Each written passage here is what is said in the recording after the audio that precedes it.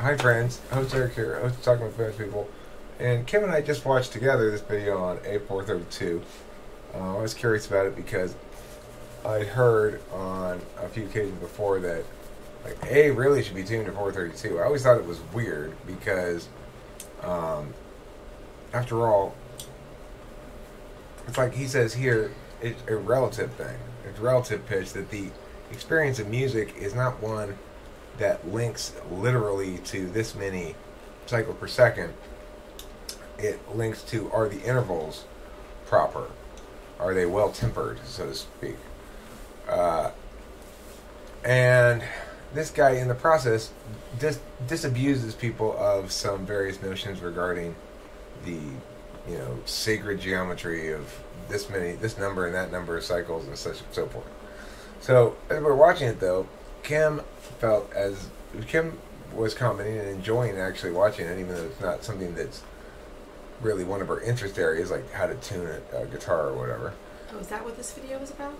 Yeah, well, it's about are there advantages to tuning to A432 versus 4. Anyway, regardless, as we're watching it, she presented a few notions of pointing out why this guy was very effective at doing what he's doing, and tried to convey to me an idea that I translated sort of into he's leading you down a TI path. That is, he's providing lots of good TI style information, but instead of sounding like he knows it and you're receiving it from him, and instead of being pedantic at all, he comes across very much as though he's walking the journey with you to learning things, and not that he's coming down from on high with wisdom. So I think implicit in Kimberly's multiple responses as we watched it to this guy in the video and how he's killing it and he's doing it right was something of a compare and contrast implied there, right? Saying, Eric, this is what you need to do differently, or you need to convey different social messages than the ones you're conveying when you make videos. And I find that so interesting that you totally internalize that, when what it really has to do with is, now that I'm with you, I pay more attention to videos in a different manner. It has nothing to do with critiquing you at all. But interestingly enough, you internalize that. All I'm saying is that I sit down with many videos with you, and a lot of times it's very difficult for me to pay attention because of the person presenting it. And I was just making note of, I don't really have any idea what this guy's talking about, but for whatever reason, he's drawing me in to watch him, which I guess is the idea. So I think the word you're looking for is related it to yourself rather than internalized. Maybe that's what I was doing. You said stop with your thoughts. Let's turn on the video. No, I'm saying that I didn't so much internalize what you were saying as I related what you were saying about him to me. Well, but you said, and so I'm taking it as though it doesn't mean I internalized it, though. That means I'm relating it. I'm saying this is my interpretation of what you were conveying there subtextually, which is to say, the words that you said explicitly were about him and what he's doing successfully. And so I interpreted it to mean there's an implied critique. Okay. But that interpretation may be wrong. Maybe you did not imply that critique. I don't know. No. But regardless, I didn't internalize anything. That would be the wrong word. I either related it to myself or I interpreted it. So I think that probably there was an element of that at least, but that's fine. I'm not objecting to that element. There wasn't at all.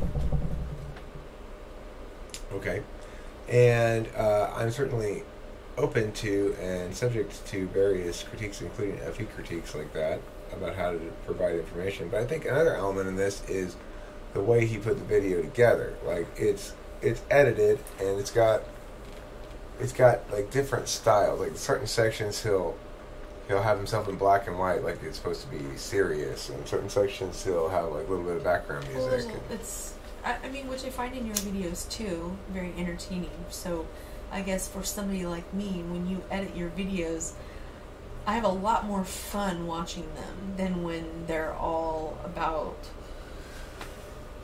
you know, TI stuff. Yeah. Yeah. So, I hope you don't take that as a... What? Well, you started it off like you always say, I try to be really positive, but whatever comes out of my mouth, rather than seeing positive, you always reflexively go to that I'm being negative, and that doesn't help us either. Okay. If I incorrectly or even ill-advisedly interpreted your comments as critical of me, then obviously that would not count as you being negative at all. That would count as me being jumpy. Yeah. So, regardless. Anyways, I was only making note of, before you wanted me to stop and talk about it in the video, is that it's interesting to me now that I'm looking at videos in a different manner. Whereas before I would be like, not look at this at all.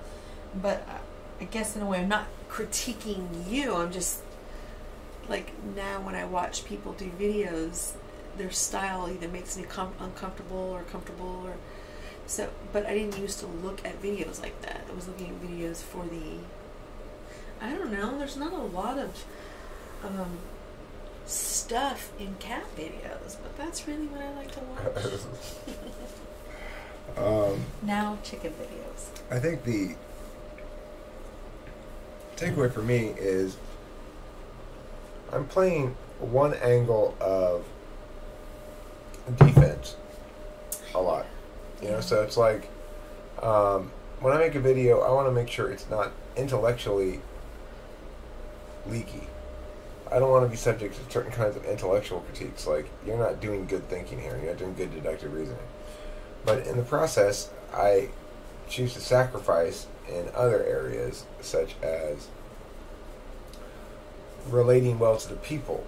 Or forget that ultimately a video exists and is purposeful insofar as others experience it willfully.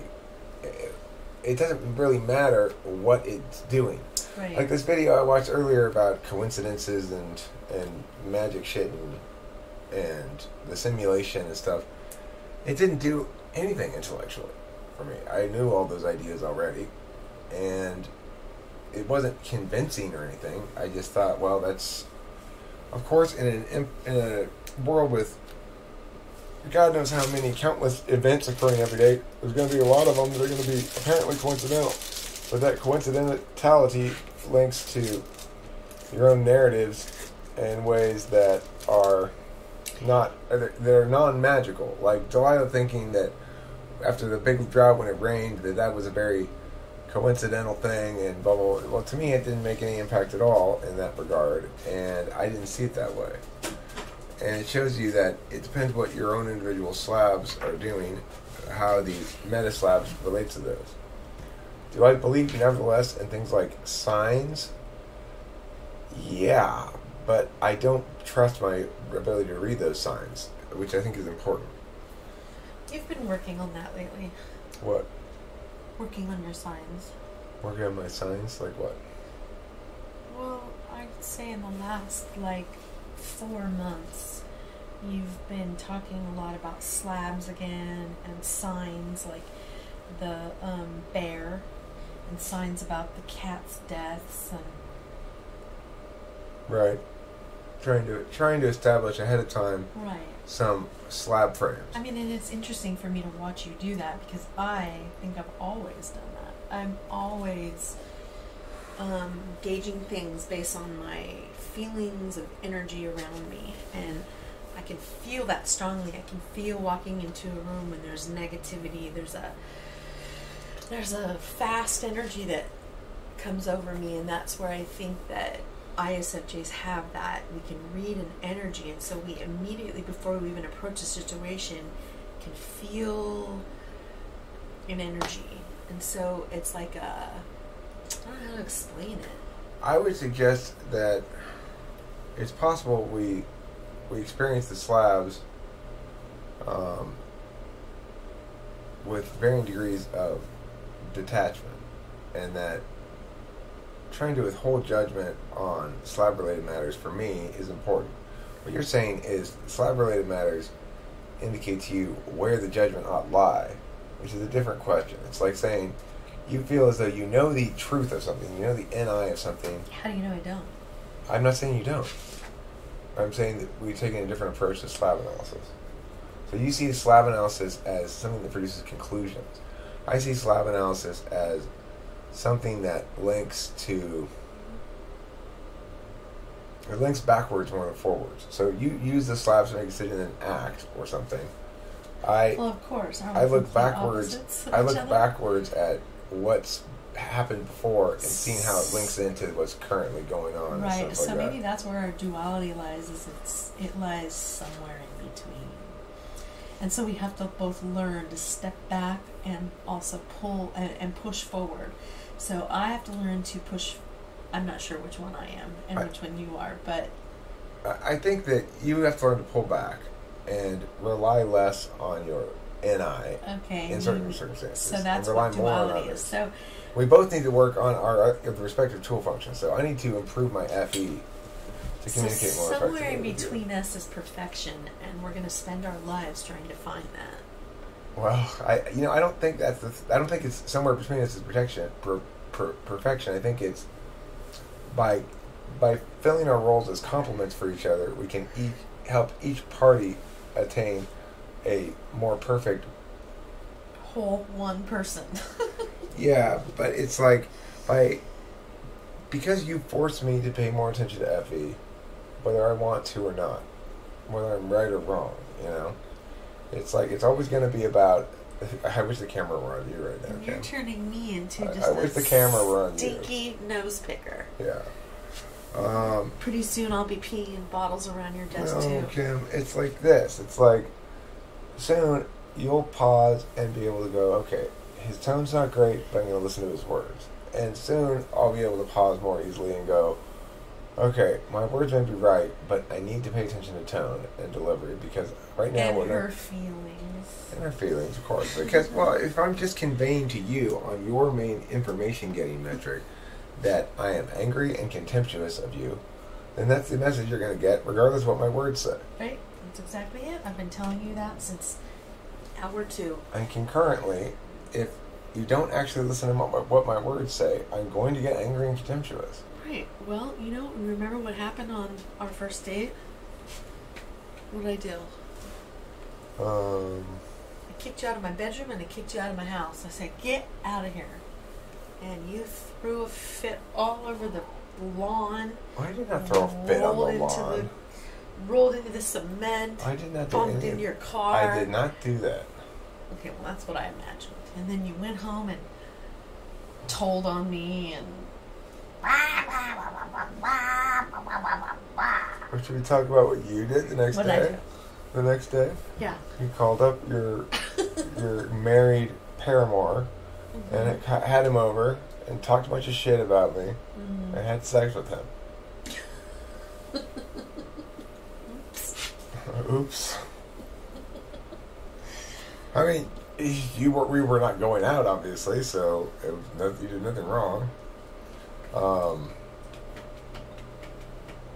But I mean, that's a sort of slab balancing thing that I sit there and go, huh. Okay, well, I guess I bought that. I bought that with my own bad behavior on Wednesday night. That on Thursday, the woman that I was going to end up with would call her Sancho and talk smack about me for a couple hours to him. No, I didn't do that. What do you mean? I didn't talk smack about you. I just said, no, that isn't going to work out. I didn't talk smack. You talked a little bit. So. No, I didn't. No, I really didn't. Can we already had this conversation a long time ago? Oh, I forgot. There's a narrative. No, remember. I never did. Kim, remember when I was trying to figure out what it was you weren't revealing to me? I was like, why is it though? You said you talked about me to him, but no, you said.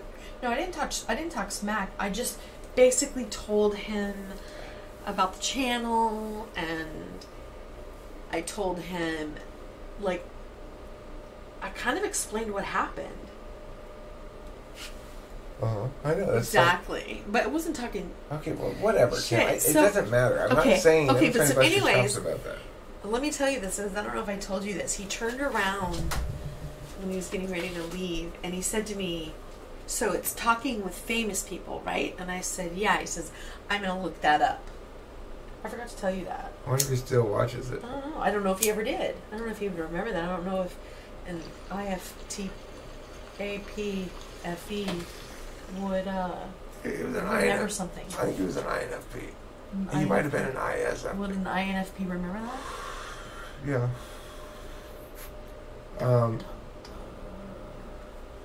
I used to think a lot about that guy, Kenny.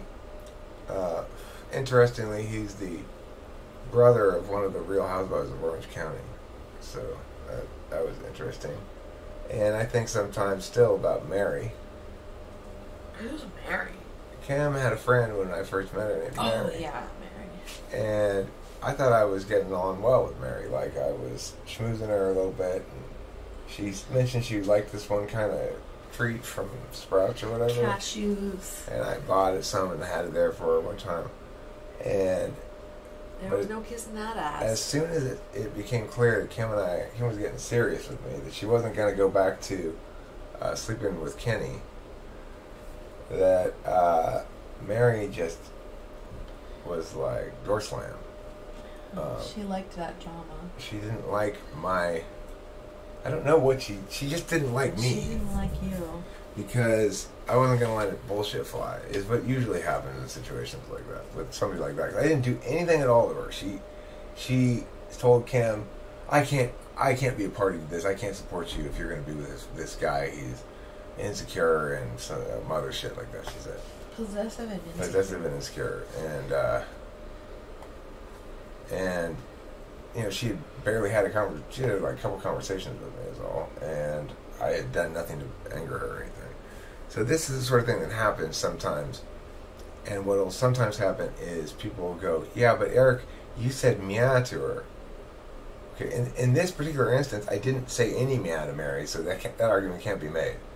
But had I said anything that was remotely meow, that's the argument she would have made.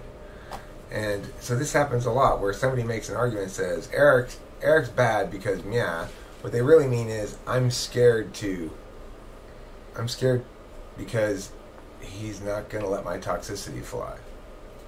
And therefore, I'm looking for any excuse I can get to condemn him. Well, you notice how when you came into my life, all the bugs scampered off? Yeah. Quickly. They sure did. Some of them were able to get off some arguments like, well, Eric said meow. And, you know, if Eric really said meow badly, then that could be a convincing argument sometimes. It doesn't change the fact that the real reason is because they're narcissistic, fucking toxic people. And they know they're not going to get any manipulation past me.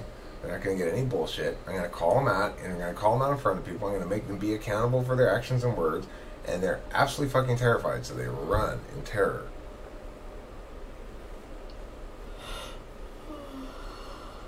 You know, ain't nothing a toxic person hates more than the light of day. It doesn't mean everybody who hates the light of day is toxic.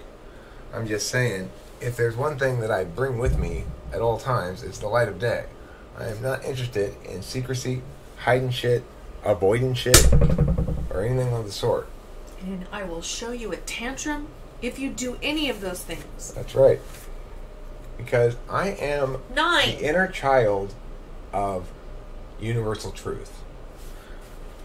Kick and scream and spit. Exactly. If you are not consistent with universal truth, Jesus. if you are actively, aggressively against it, if you're denying simple facts and stuff, I'm going to throw a tantrum because, after all, I'm 9. That's evil. So that's why we have a timeout chair here.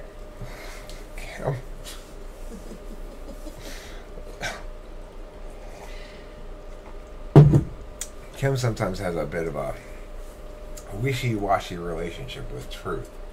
It causes some conflicts. It's like when we're fighting, I go, so cars drive on roads, right? She'll go, no.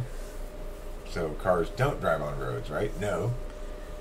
Well, Do cars drive at all? No. Well, do cars not drive then? No. Okay, Kim. This is what I mean by work with me, not against me. No. That's not how you do it. You go. You wouldn't giggle, and you wouldn't look with me and say, that's not working with me. You turn at me, you'd get in my face with your stupid finger, and you'd spit. I don't do that shit anymore. I stopped. Oh. Like right. 1 week ago. Well, it doesn't do any good. Like 1 week ago. It doesn't do any good. I had to stop. No, it doesn't. I could yell at her till I'm dead. She wouldn't budge a fucking inch. Nope. I could be like, admit this. Admit it. This is an orange lighter. Admit it. No, it's not. It's not. Fuck you, Eric. It's not. I swear. It's crazy. I mean, it's crazy that I would sit there and yell at her about it too, because she's obviously getting less and less interested in answering the question the angrier I get, which is why she's not answering it in the first place. She wants to piss me off. Yeah. And she succeeds. And then she doesn't like the consequences of that. It's funny when she gets up to go march to sleep on the couch again. And why do I always have to leave? Because you're always the one avoiding being responsible for anything. Right, but you know I'm going to get the last word in, so if I'm going to sleep on the couch, you're surely to have something presenting to you in the morning. What did Kim do last night? I turned on she goes on to sleep on the couch, and I was like, fine, go sleep on the couch, more bed for me. And so she goes in, the first thing she does is she turns on the dining room lights, which she knows I don't like. Turn on your light. I turn on the turn on the bedroom light before she left. And turn on the dining room lights because the closet light. Those and the closet light, and because the dining room lights come through a crack in the door and they bug me. So I get up, I'm like, I turn off the light, I turn off the closet light, I close the door. I get into bed. She gets up and opens the door again, so the dining room lights are shining right in my eyes. I get up and close the door again. She gets up and opens the door again.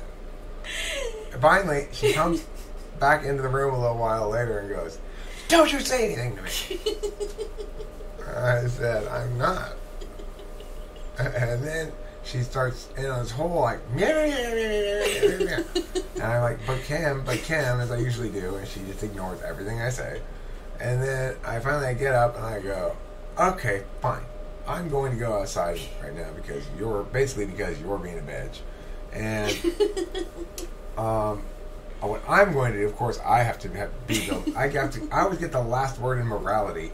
She gets the last word in petulance. It's funny she calls me a little kid. She is such a petulant little brat at like 80% of the time that it's insane that she would call me that. But regardless, I leave room and being the mature one, I go, I'm going outside. You'll note I'm not turning on the lights, and I will close the door behind me. Aha, I think, as I walk out. That'll show her who's better. It doesn't do any good to try to go tit for tat with Kim because you might go, she pinches me. So I reach over and pinch her. So then she slaps me. So I reach over and slap her. So then she takes a gun and shoots me in the head. It's like there's an escalatory pattern we're supposed to follow here, Kim. You don't go straight from slap to murder.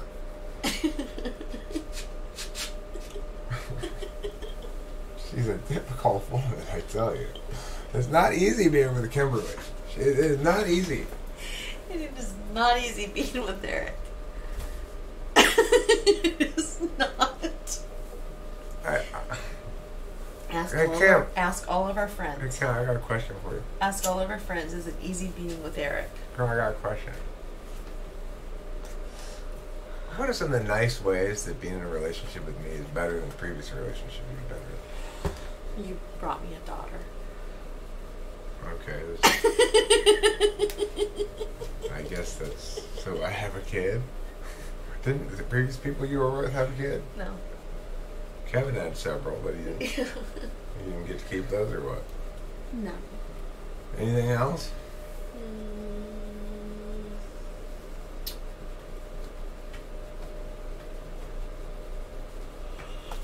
Is there anything you can think to say about why it's better being with me than with somebody else?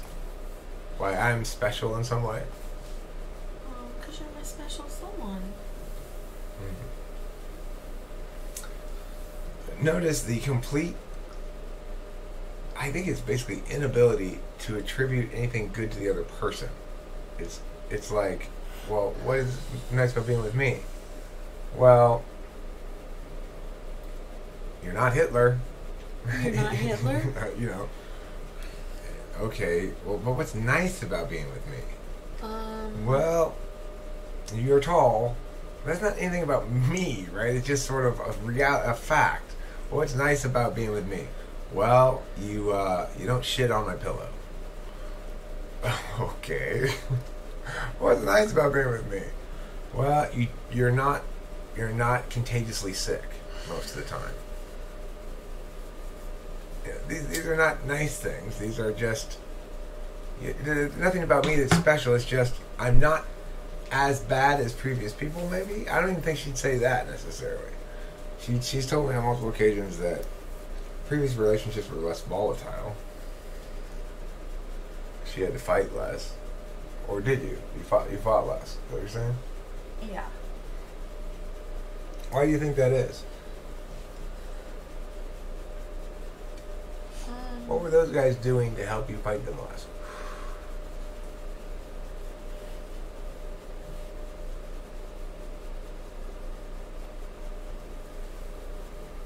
Probably they were doing nothing.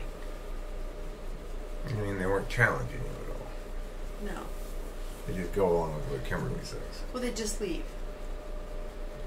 Okay, well, but you'd stay with them for some of them for a little bit longer than just leaving the first time in a fight. I was never really in long relationships. I've only had a couple one-year relationships. Well, you had Colin's dad. What's his fucking name? Bob? Bob. No, what's his name? What's Colin's dad's name? Brian. Bob is his granddad's name. You had Brian. You had Kevin. Who else? For a year. Sean.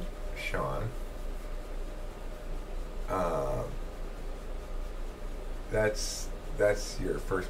That's Sarah's brother, right? No, Shane. I Shane. never had him. I mean, we were kids when I had him. Who was Sean? Sean was a relationship that I had. That was my last relationship. How long before me? It was like in 03? 03 to 04? That's a long ass fucking time ago. Yeah. That was after Kevin? Yeah. And you didn't have any long-term relationship between like 04 and 2017? I had in 2007 Jared for a little while, but it wasn't a year. I never had really any. What about Jeremy? Oh yeah, there's Jeremy in there. That was like 1 year, like from total, beginning to very end. What year was that? Is that after Jared or before? That was before. So, why were things more peaceful with Jared? Who? Jared. Who's Jerry? Jared. Jared? No, things weren't peaceful with him at all. Would you have more fights with him than you did with me? Yeah. Okay. And why were you just as, did it get as like, Yeah. what would you guys fight about? Colin. What specifically? He did not like Colin, and Colin did not like him. So what did he expect you to do about it? Give up your kid to adoption or something? I don't know. That's what he did with his own, so. So what caused you guys to split up? He was homeless. He was your Yeah. squatter. Yeah. Okay. What about Jeremy? Fights or no fights? No, not really any fights. Because he just give in or what? Yeah, he was real sick. What about Sean? Sean just didn't care about anything. He, also was kind of a squatter. What about, so he just give in? Yeah. What about Kevin? Kevin, I don't remember.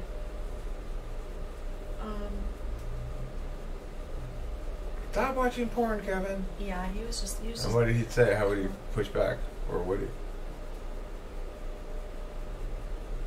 Well, he was just in total denial that it was no longer into me, but he was stuck, so he had to kind of like pretend with me until he could figure out his next move. So yeah, I guess he gave in to me. What about Brian? Brian, he treated me a lot like you treat me, like fatherly. I don't treat you fatherly. Yeah, you do. I try to treat you like an equal as best I can. Okay, well, that was him too. Okay. What about Shane? Shane, we were kids. Well, you had a little rekindling of that later on. Yeah, but that was, Did you guys fight? No. Why not? Did he give in? Or you guys... We didn't really have a relationship. It was like we never had a relationship. I see. So when I ask you a question like, what are some ways in which being with me is different? So you're probably most like what I would imagine a normal relationship would be like. So you don't feel you had a normal relationship before? Yeah, with Brian I probably did. But your relationship with Brian was unsatisfying. Yeah. Why is that? Because he didn't love me. What does it mean to you to love you? Gaze into my eyes lovingly. You want someone to FI you? Yeah. Whenever I try to engage you on FI... Because it's fake. It's not fake. No, but I believe yours. I didn't believe his. He had a hard time with it. You hate it. You hate FI. When I try to get you to be FI with me and say things like, tell me why you value me. No, I don't like to say it. I don't then like hearing it. You run away as fast as you can. Because I know what's going to happen. What? You're going to get a boner. Why is that so terrible? It's not. It's just the timing is always off. Yeah, timing is always off. Interesting. Okay, well, I would suggest that if you were with a type that you kind of long to be with, which is secretly an ENFJ. Now, no. The thing is, you had that relationship too for quite a long time with the friend relationship, Holly, who was an ENFJ, and you bought that shit for years. Yeah, I did. And eventually you said, okay, I no longer buy it. Yeah. The thing is, it's like me and an INFJ would be the equivalent type for me. On some level, there's some part of me that longs to be. With you, it would be ESF. I guess. Wait, what would it be? No, you'd be ESTJ. Oh, it's that. Is that what it is? I don't know. What's your equivalent? If INFJ is my best friend type, your best friend type would be. Let's see. It's ESTP, right? ESTP. So, I don't know. You haven't really... Well, Kevin was probably an ESTP. Yeah. I could see that. And so, you felt like, finally I'm with the guy I'm supposed to be with. Initially, probably. And probably for a while. And then you sort of became disillusioned with that type. Yes. Because I became no different...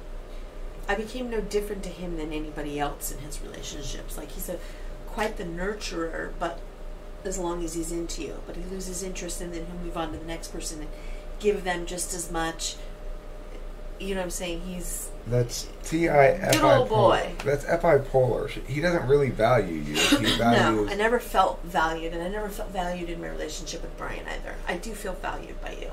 Now, Brian gave you everything you possibly want. Materialistically. He was rich. And you got a fancy house up on the hill.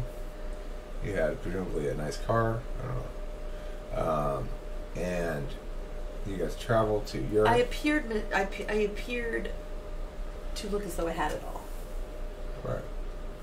And so when you say he didn't value you, what would it look like had he valued you? used to say I never felt really adored or like my wife. Like, there's never a cleaving. Like, I just love her. Like, that's my girl. Do you interpret this kind of thing as an expression of love or connection or something, where I'm asking you a bunch of questions and trying to get to the root of you? Does it matter to you at all? Or it matters to me sometimes your approach, and I know that's what you're doing. I know you're just loving this, but it's, I mean, I don't what do you think it is I'm doing? Because you say things like that a lot, and you're almost always wrong. You say, when I start to say something, now Kimberly, blah, blah, and you go, oh no! You're going to suggest we take the dry cleaning right now. I was like, no, I was going to just tell you, I was going to ask where my toothbrush was. You know, that happens all the time. Because you mix it all in there. So what do you think? What do you think I'm trying to do here? Well, like I'll notice like a pattern of like you'll start talking about something, and then you'll enter in this question of some sort that like you've been just trying to get me to answer, and so you'll like put it in to the little current thing you're asking me, and then you're like. Well, it's in any SI link, so it's true. I've been thinking about, because you and I have been having some interesting conversations, and we went through a long period where... Okay, so that's why, Eric. That's why you're what? Like moving along to another little... So that's why what? Well, you said... You often say I do this, and then you just said... But what do you think I'm trying to accomplish by linking back to our recent conversations and stuff? Well, what I'm trying to explain to you is you need to quit using those little tricks. They're not tricks. This is an honest attempt to converse with you about stuff that we sometimes have difficulty conversing with. Right, because you'll ask me these little questions, but I feel like by getting more information, it will affirm my answer. So if it's then placed in the proper context, I don't have a problem answering it. But a lot of times you do it in a very defensive way. Well, I think when we're not filming, you trust me less. You shouldn't, as a matter of fact. You should trust me just the same. But I think you trust me more when we're filming. I do. You assume I'm not going to fly off the handle or something. Now, keep in mind... no, I've seen you on video fly off the handle. So what is it that makes you more comfortable when we're talking on video? Like, why is it that... Because a lot of times you put different words in my mouth, and so I feel like anybody who would go back, or if you were to go back, you'd see that it's not as though the first thing that comes out of my mouth is what I mean. It's that a lot of times I stumble over my own words, and my intent is not nearly as hostile as you would imagine to me. It's basically me not being able to. I don't think your intent's hostile. I think what instead is happening is you're trying to do my job. So it's like, as a team, my job is to say, here's a piece of data that falls in front of our feet. Is it dangerous? Is it safe? Can we explore over there or not? And I go, oh yeah, that sounds fine. I'll lead us. Just follow along. We'll be fine. And you go, oh no. Oh no. You could lead us there. You could lead us there. All these dangerous spots and whatever. I could, but I'm not going to. But if you don't, you've had in the past a problem with leading me there, so that's not true. Okay. I mean, I'm not saying I've never done it. I'm not saying I've never done it. You have a lot. I'm not saying I've never done it. Okay. I'm not saying that I've never used quote unquote tricks to get you someplace. But it's usually when we're already fighting. It's in the middle, which pisses me off even more. But if you just were look, it's like this. Well, if I was that stubborn the first time, I'm going to be that stubborn the second time. Let's go back to the path thing. We're hiking, and I said, yes, we can take this path. It's safe as long as we avoid pitfalls A, B, C, and D. And then we start walking the path, and you immediately deviate from the path to go to pitfall A. So I'm trying to drag you back from pitfall A. At which point you go, oh, no, I'm not going to follow the path you say because you just showed how little respect you have for me by dragging me back from pitfall A. And I go, okay, but the thing is, I agree this path has dangers, but that's why you have to follow the part I'm saying here. and we won't hit any of those dangers. And you go, oh no, I'm not going to listen to you. I'm going to try this other thing. Since you said X, I'm going to try B now. Because then I always feel like, okay, you're going to be like, Kimberly, just trust me, we'll be able to do this. And then all of a sudden, I look off to the side that you're going to take us, where yes, probably is going to be safer. And then there's all these weird ropes with shifty things that you've found along the way, and then you're going to expect me to scale the side of the mountain, which doesn't mean that we can't necessarily get over there, but all this weird stuff to get over there. I'm like, oh, no, you forget I am afraid of heights. And you're like, well, here, and you rip like clothes and... Okay, so what I do instead is go, okay, if you're afraid of heights, then let's just try standing on this stump real quick, and then we'll jump off. Right. And you go, the fuck I will! Right, because you forget I'm 50 pounds heavier than you, and I don't have long legs, and you don't remember those things. So this is the difference between working with and working against. If you're working with, we're both desires to get over there, okay? Mm-hmm. And if you're working with and telling me, I am going to work with you and go over this thing, but I don't like all these ropes here. Right. Can we adjust the route or something? That's working with me. But what you do is I say, okay, well, if you're afraid of heights, then why don't you try standing on this stump? You find excuses not to stand on the stump, and why standing on the stump is bad, and how you should never have followed me in the first place. And you've changed your mind about going over there now. Right. You no longer want to go over there. Now you want to go sit in the shit over there. Let's go to the shit. Let's go to shit pond and sit right in the middle of it and let the shit fish shit on us. And I say, no, I don't want to do that again. And then we get a huge fight. God, that's the story of our life every day. It really is. You just trust me, stand on the stump as you're starting to. You'll note that we have vastly better experiences. Yeah. All right, good video. Don't forget to eat plenty of cheese. She's right on both accounts. Come on, let's go into our house and assess what we need. Okay, I gotta stop the video first.